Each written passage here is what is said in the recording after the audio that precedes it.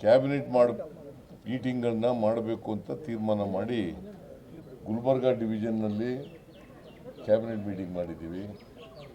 Mysuru ಡಿವಿಷನ್ನಲ್ಲಿ cabinet meeting ಮಾಡಿದ್ದೀವಿ. ಇವತ್ತು Bengaluru ಡಿವಿಷನ್ನಲ್ಲಿ cabinet meeting ಮಾಡ್ತಾ ಇದ್ದೀವಿ. ಇನ್ನು ಸ್ವಲ್ಪ ದಿನ ಆದಮೇಲೆ ಗುಲ್ಬರ್ಗ ಬೆಳಗಾವಿ ಡಿವಿಷನಲ್ಲೂ ಕೂಡ ಕ್ಯಾಬಿನೆಟ್ ಮೀಟಿಂಗ್ ಮಾಡ್ತೀವಿ. ಅದು ಬಿಜಾಪುರದಲ್ಲಿ ಮಾಡಬೇಕು ಅಂತೇಳಿ ಈಗಾಗಲೇ ಸಲಹೆ ಬಂದಿದೆ. ಅಲ್ಲಿ ಮಾಡ್ತೀವಿ ಬಿಜಾಪುರದಲ್ಲಿ. ನಂದಿ ಬೆಟ್ಟದಲ್ಲಿ ಇವತ್ತು ಬೆಂಗಳೂರು ಡಿವಿಷನ್ನು ಕ್ಯಾಬಿನೆಟ್ ಮೀಟಿಂಗು. ಬರೀ ಚಿಕ್ಕಬಳ್ಳಾಪುರ, ಕೋಲಾರ, ಬೆಂಗಳೂರು ರೂರಲ್ ಅಲ್ಲ, ಬೆಂಗಳೂರು ಡಿವಿಷನ್, ರೆವಿನ್ಯೂ ಡಿವಿಷನ್.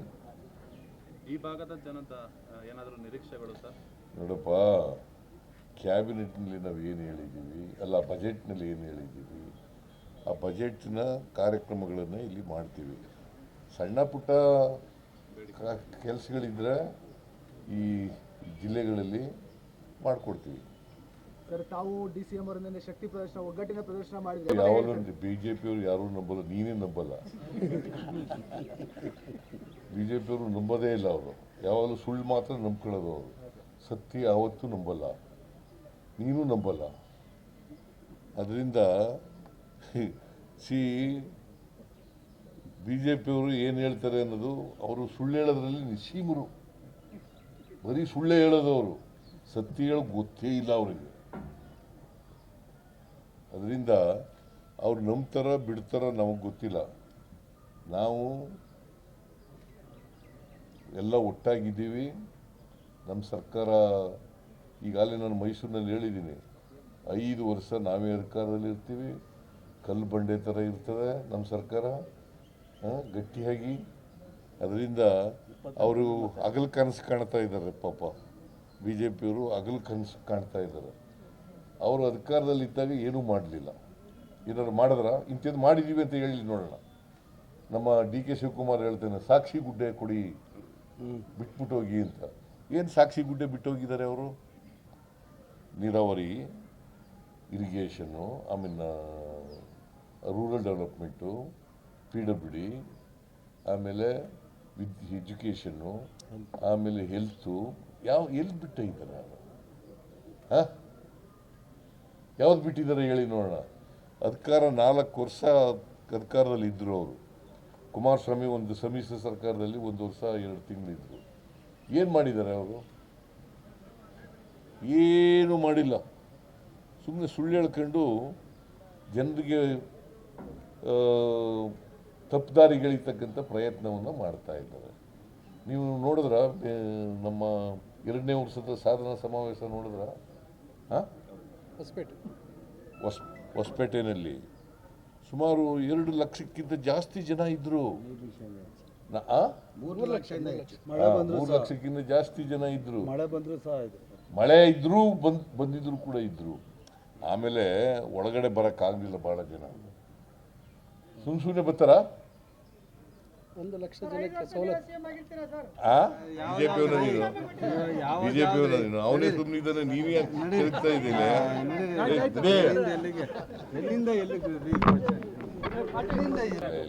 ನೋಡಪ್ಪ, ಒಂದು ವೇಳೆ ನಿಮ್ಗೆ ಆ ಥರ ಇದ್ರೆ ಆನ್ಲೈನ್ ಮೇಲೆ ಮಾಡಿ. ಆನ್ಲೈನ್ ಮಾಡೋಕ್ಕೆ ಏನೋ ತೊಂದರೆ ಇದೆಯಾ? ತೊಂದರೆ ಇದೆಯೇನ್ರಿ? ಕೇಳಪ್ಪ, ನಿನ್ಗೆ ಏನಾದ್ರು ತೊಂದರೆ ಇದೆಯಾ? ಆನ್ಲೈನ್ ಕಳಿಸ್ಕೊಡ್ಲಿಕ್ಕೆ ನಿನಗೇನು ತೊಂದರೆ? ಹೇಳೋದು ನಿನಗೆ.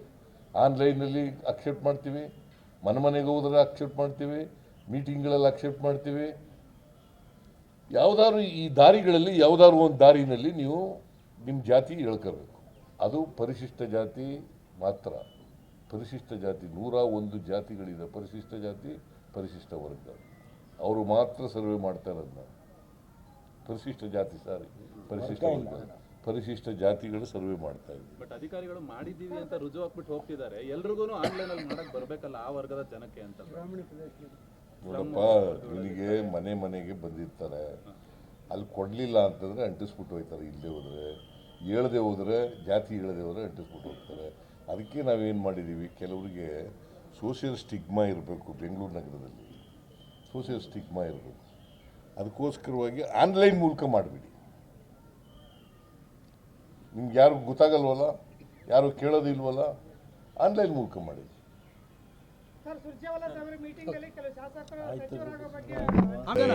ಪ್ರಜಾಪ್ರಭುತ್ವದಲ್ಲಿ ಎಲ್ರಿಗೂ ಮಿನಿಸ್ಟರ್ ಆಗೋ ಅಧಿಕಾರ ಇದೆ. ಹೈಕಮಾಂಡು ಅಂತಿಮವಾಗಿ ತೀರ್ಮಾನ ಮಾಡೋದು, ಗೊತ್ತಾಯ್ತಾ? ಈಗ 142 ಜನ ಇದ್ದಾರೆ ನಮ್ಮ ಪಾರ್ಟಿನಲ್ಲಿ, 34 ಜನ ಮಾತ್ರ ಮಾಡಬೇಕು. ಎಲ್ಲರೂ ಮಾಡೋಕ್ಕಾಗತ್ತಾ? 15% ಮಾತ್ರ ಮಾಡಬೇಕು ಮಂತ್ರಿಗಳನ್ನ. 34 ಜನ ಮಾತ್ರ ಮಾಡೋದು, 142 ಜನ ಮಾಡೋಕ್ಕಾಗಲ್ಲ.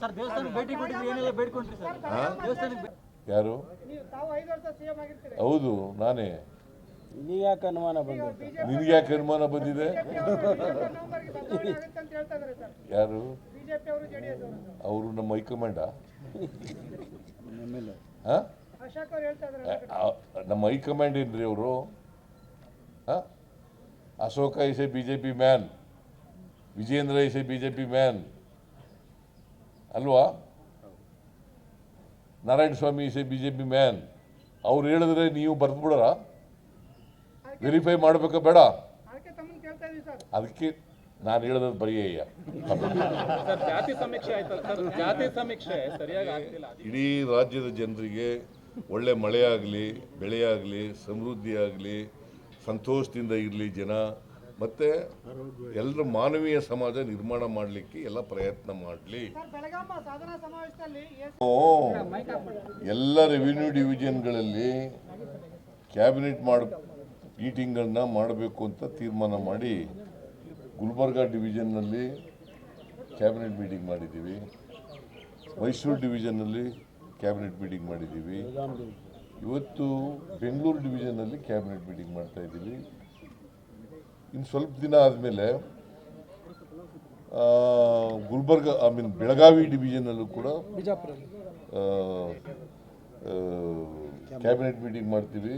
ಅದು ಬಿಜಾಪುರದಲ್ಲಿ ಮಾಡಬೇಕು ಅಂತೇಳಿ ಈಗಾಗಲೇ ಸಲಹೆ ಬಂದಿದೆ, ಅಲ್ಲಿ ಮಾಡ್ತೀವಿ ಬಿಜಾಪುರದಲ್ಲಿ. ನಂದಿ ಬೆಟ್ಟದಲ್ಲಿ ಇವತ್ತು ಬೆಂಗಳೂರು ಡಿವಿಷನ್ನು ಕ್ಯಾಬಿನೆಟ್ ಮೀಟಿಂಗು. ಬರೀ ಚಿಕ್ಕಬಳ್ಳಾಪುರ, ಕೋಲಾರ, ಬೆಂಗಳೂರು ರೂರಲ್ ಅಲ್ಲ, ಬೆಂಗಳೂರು ಡಿವಿಷನ್, ರೆವಿನ್ಯೂ ಡಿವಿಷನ್. ಈ ಭಾಗದ ಜನದ ಏನಾದರೂ ನಿರೀಕ್ಷೆಗಳು ಸರ್?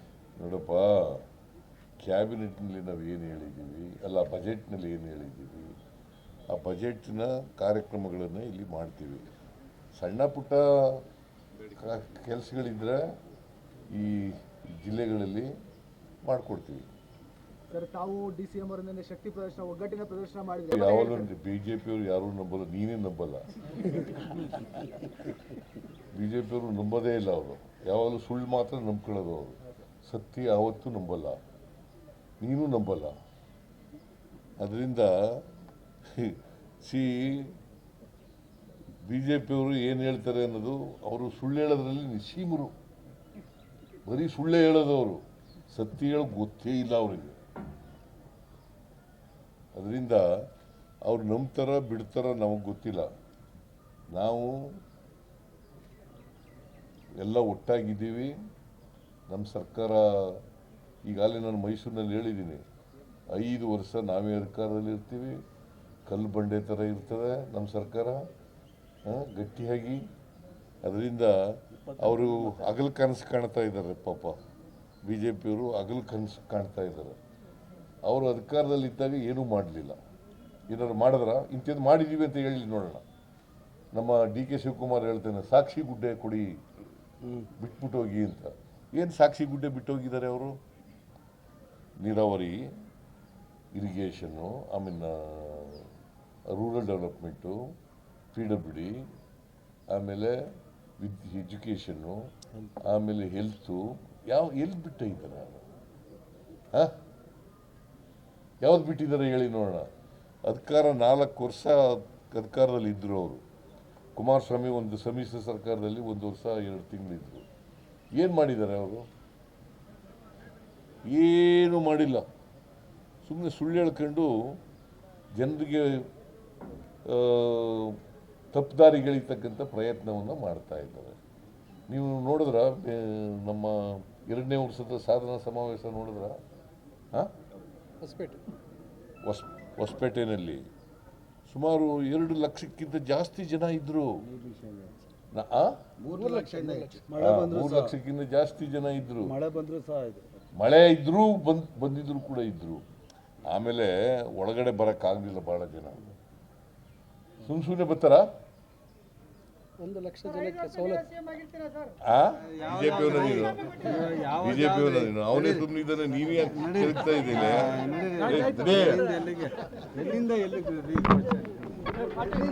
ಇಲ್ಲ ನೋಡಪ್ಪ, ಒಂದು ವೇಳೆ ನಿಮ್ಗೆ ಆ ಥರ ಇದ್ರೆ ಆನ್ಲೈನ್ ಮೇಲೆ ಮಾಡಿ. ಆನ್ಲೈನ್ ಮಾಡೋಕ್ಕೆ ಏನೋ ತೊಂದರೆ ಇದೆಯಾ? ತೊಂದರೆ ಇದೆಯೇನ್ರಿ? ಅಲ್ಲ ಆದ್ರೆ ಕೆಲವು ಕೇಳಪ್ಪ, ನಿನ್ಗೆ ಏನಾದ್ರು ತೊಂದರೆ ಇದೆಯಾ? ಆನ್ಲೈನ್ ಕಳಿಸ್ಕೊಡ್ಲಿಕ್ಕೆ ನಿನಗೇನು ತೊಂದರೆ? ಹೇಳೋದು ನಿಮಗೆ. ಆನ್ಲೈನಲ್ಲಿ ಅಕ್ಸೆಪ್ಟ್ ಮಾಡ್ತೀವಿ, ಮನೆಗೆ ಹೋದ್ರೆ ಅಕ್ಸೆಪ್ಟ್ ಮಾಡ್ತೀವಿ, ಮೀಟಿಂಗ್ಗಳಲ್ಲಿ ಅಕ್ಸೆಪ್ಟ್ ಮಾಡ್ತೀವಿ. ಯಾವುದಾದ್ರು ಈ ದಾರಿಗಳಲ್ಲಿ ಯಾವುದಾದ್ರು ಒಂದು ದಾರಿನಲ್ಲಿ ನೀವು ನಿಮ್ಮ ಜಾತಿ ಹೇಳ್ಕೋಬೇಕು. ಅದು ಪರಿಶಿಷ್ಟ ಜಾತಿ ಮಾತ್ರ. ಪರಿಶಿಷ್ಟ ಜಾತಿ 101 ಜಾತಿಗಳಿದೆ. ಪರಿಶಿಷ್ಟ ಜಾತಿ, ಪರಿಶಿಷ್ಟ ವರ್ಗ, ಅವರು ಮಾತ್ರ ಸರ್ವೆ ಮಾಡ್ತಾ ಇರೋದನ್ನ. ಪರಿಶಿಷ್ಟ ಜಾತಿ ಪರಿಶಿಷ್ಟ ವರ್ಗ, ಪರಿಶಿಷ್ಟ ಜಾತಿಗಳು ಸರ್ವೆ ಮಾಡ್ತಾ ಇದ್ದಾರೆ. ಬಟ್ ಅಧಿಕಾರಿಗಳು ಮಾಡಿದ್ದೀವಿ ಅಂತ ರುಜು ಹಾಕ್ಬಿಟ್ಟು ಹೋಗ್ತಿದ್ದಾರೆ. ಎಲ್ರಿಗೂ ಆನ್ಲೈನ್ ಅಲ್ಲಿ ಮಾಡಕ್ ಬರ್ಬೇಕಲ್ಲ ಆ ವರ್ಗದ ಜನಕ್ಕೆ ಅಂತ. ನೋಡಪ್ಪ, ನಿನಗೆ ಮನೆಗೆ ಬಂದಿರ್ತಾರೆ, ಅಲ್ಲಿ ಕೊಡಲಿಲ್ಲ ಅಂತಂದರೆ ಅಂಟಿಸ್ಬಿಟ್ಟು ಹೋಗ್ತಾರೆ. ಇಲ್ಲದೆ ಹೋದರೆ, ಹೇಳದೆ ಹೋದರೆ, ಜಾತಿ ಹೇಳದೆ ಹೋದರೆ ಅಂಟಿಸ್ಬಿಟ್ಟು ಹೋಗ್ತಾರೆ. ಅದಕ್ಕೆ ನಾವೇನು ಮಾಡಿದ್ದೀವಿ, ಕೆಲವರಿಗೆ ಸೋಷಿಯಲ್ ಸ್ಟಿಗ್ಮಾ ಇರಬೇಕು. ಬೆಂಗಳೂರು ನಗರದಲ್ಲಿ ಸೋಷಿಯಲ್ ಸ್ಟಿಗ್ಮಾ ಇರಬೇಕು. ಅದಕ್ಕೋಸ್ಕರವಾಗಿ ಆನ್ಲೈನ್ ಮೂಲಕ ಮಾಡಿಬಿಡಿ. ನಿಮ್ಗೆ ಯಾರು ಗೊತ್ತಾಗಲ್ವಲ್ಲ, ಯಾರು ಕೇಳೋದಿಲ್ವಲ್ಲ, ಆನ್ಲೈನ್ ಮೂಲಕ ಮಾಡಿ.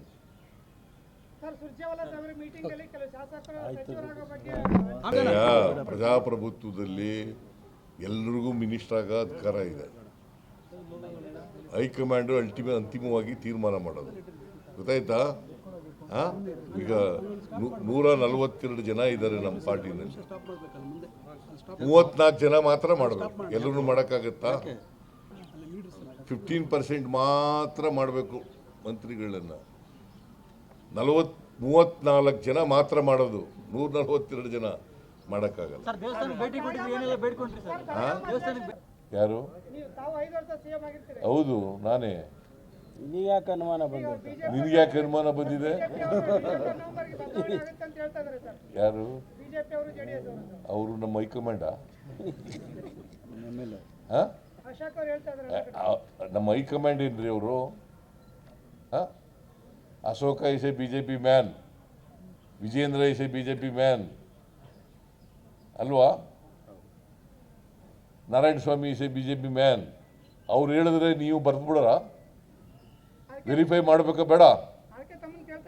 ಅದಕ್ಕೆ ನಾನು ಹೇಳೋದು ಬರೆಯಯ್ಯ. ಜಾತಿ ಸಮೀಕ್ಷೆ ಆಯ್ತಲ್ಲ ಸರ್, ಜಾತಿ ಸಮೀಕ್ಷೆ ಸರಿಯಾಗಿ ಆಗ್ತಿಲ್ಲ. ಇಡೀ ರಾಜ್ಯದ ಜನರಿಗೆ ಒಳ್ಳೆ ಮಳೆ ಆಗಲಿ, ಬೆಳೆ ಆಗಲಿ, ಸಮೃದ್ಧಿ ಆಗಲಿ, ಸಂತೋಷದಿಂದ ಇರಲಿ ಜನ, ಮತ್ತು ಎಲ್ಲರ ಮಾನವೀಯ ಸಮಾಜ ನಿರ್ಮಾಣ ಮಾಡಲಿಕ್ಕೆ ಎಲ್ಲ ಪ್ರಯತ್ನ ಮಾಡಲಿ.